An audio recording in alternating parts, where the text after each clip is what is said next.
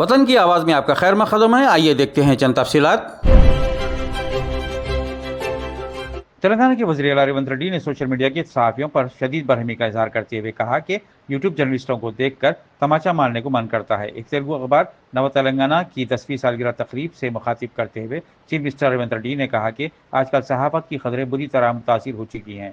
ऐसे लोग जो ABCD भी लिखना नहीं जानते, वो भी सोशल मीडिया के सहारे खुद को सहाफ़ी कहलवा रहे हैं।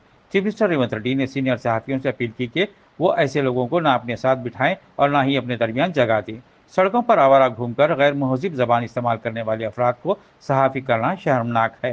इन्होंने मजीद कहा कि जैसे सियासतदानों की साख मुतासिर हो रही है, वैसे ही सहाफ़ियों की साख भी दिन ब दिन कमज़ोर हो रही है। గతంలో సిద్ధాంతపరమైన భావజాల వ్యాప్తి కోసం రాజకీయ పార్టీలు పత్రికలను పెట్టుకున్నాయి.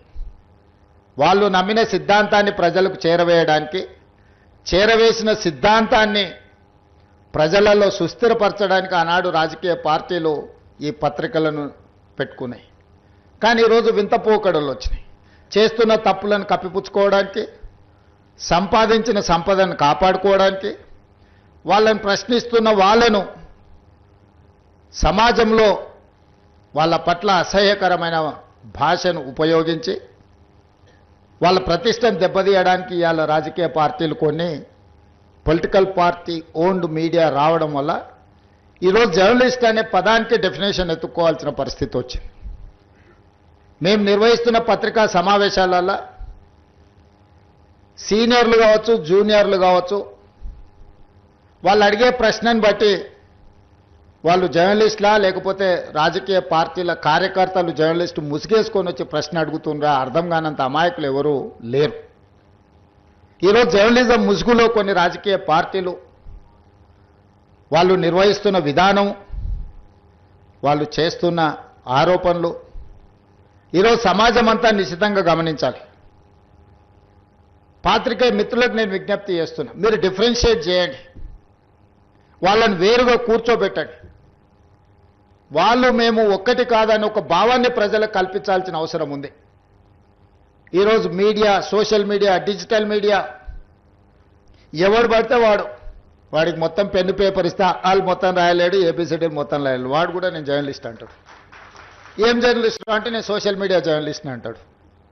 వాళ్ళ పేరు పక్కనే జర్నలిస్ట్ అని పెట్టుకుంటాడు. అది మొత్తం వాళ్ళ ఇంటి పేరే అయినట్టు, వాళ్ళ తాతలు ముత్తాతల నుంచి జర్నలిజంలో పుట్టి పెరిగినట్టు జర్నలిస్ట్ ఎల్లయ్య, జర్నలిస్ట్ పుల్లయ్య అని పెట్టుకుంటారు. వాడు ఎప్పుడైనా జర్నలిజం స్కూల్లోనే చదివిండా లేకపోతే ఓనమాలు మొత్తం అన్నీ వస్తాయంటే ఆ రెండు రావు. జర్నలిజం అక్షరం ముక్క కూడా ఒకప్పుడు ఈ రాజకీయ పార్టీలు సిద్ధాంతాన్ని పూర్తిగా నమ్మిన కార్డు హోల్డర్స్ అన్న జర్నలిస్ట్గా ఉండేటోళ్ళు, లేకపోతే జర్నలిజం చదివిన వాళ్ళు అన్న జర్నలిస్ట్గా బాధ్యతలు ఇచ్చేవాళ్ళు.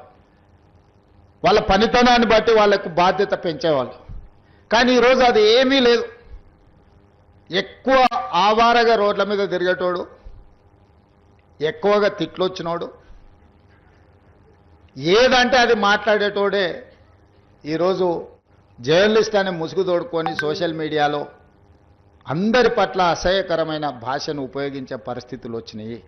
वतन की आवाज़ को लाइक, शेयर, सब्सक्राइब करें और कमेंट बॉक्स में अपनी कीमती राय देना ना भूलें। आइए देखते हैं आपकी और हमारी आवाज़, वतन की आवाज़।